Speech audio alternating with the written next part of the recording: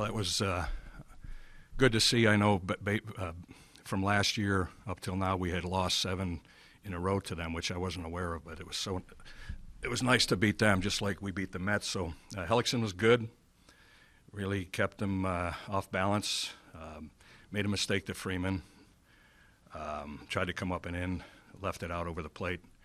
Benoit did a heck of a good job, and Neris hung in there.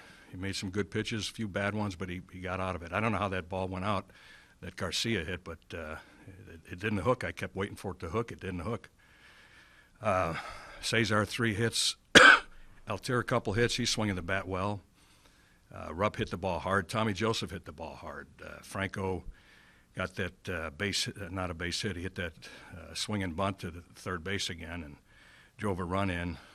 Put the ball in play, got himself an RBI, drove in a run. So, all in all, I'm pretty pleased with today.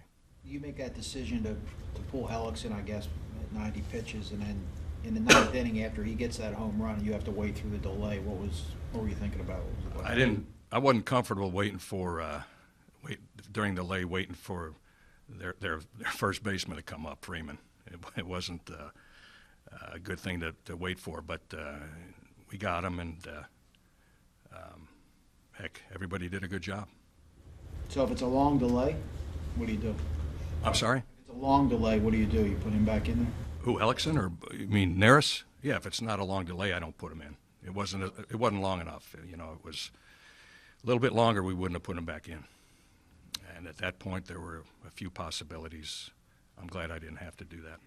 Hellickson has obviously always been very methodical on the mound, but he's also, since joining the Phillies, been one of the most efficient pitchers in terms of pitches thrown. I mean, through 4 starts, just what have you seen that has just made him so consistent for you guys? Command of his stuff. You know, he's got that changeup that keeps hitters off balance, and he locates it extremely well. He locates his secondary stuff as well as his fastball.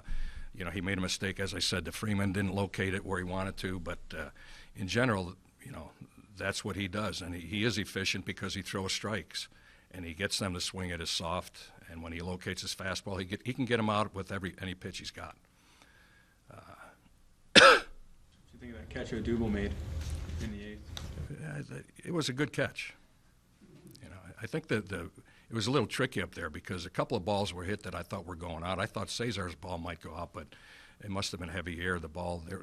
Freeman's there was no doubt about his, but there was a couple out there that I thought were going to carry more. So it was probably tricky. What do you think was going through Neris' mind during the 24-hour delay?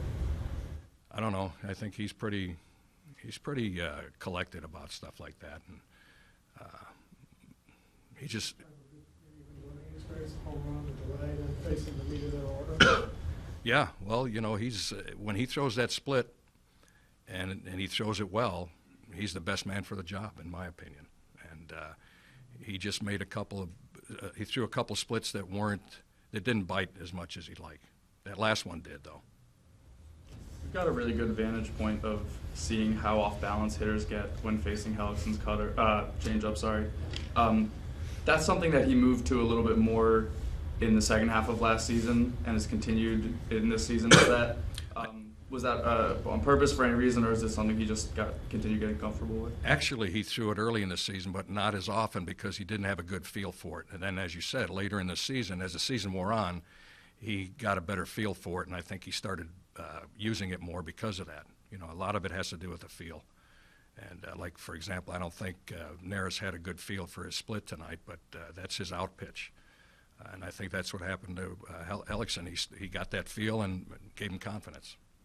Altir's gotten to start a lot, obviously, with Kendrick out. I mean, if he keeps hitting the ball like he is, what do you do with him once Howie comes back in terms of?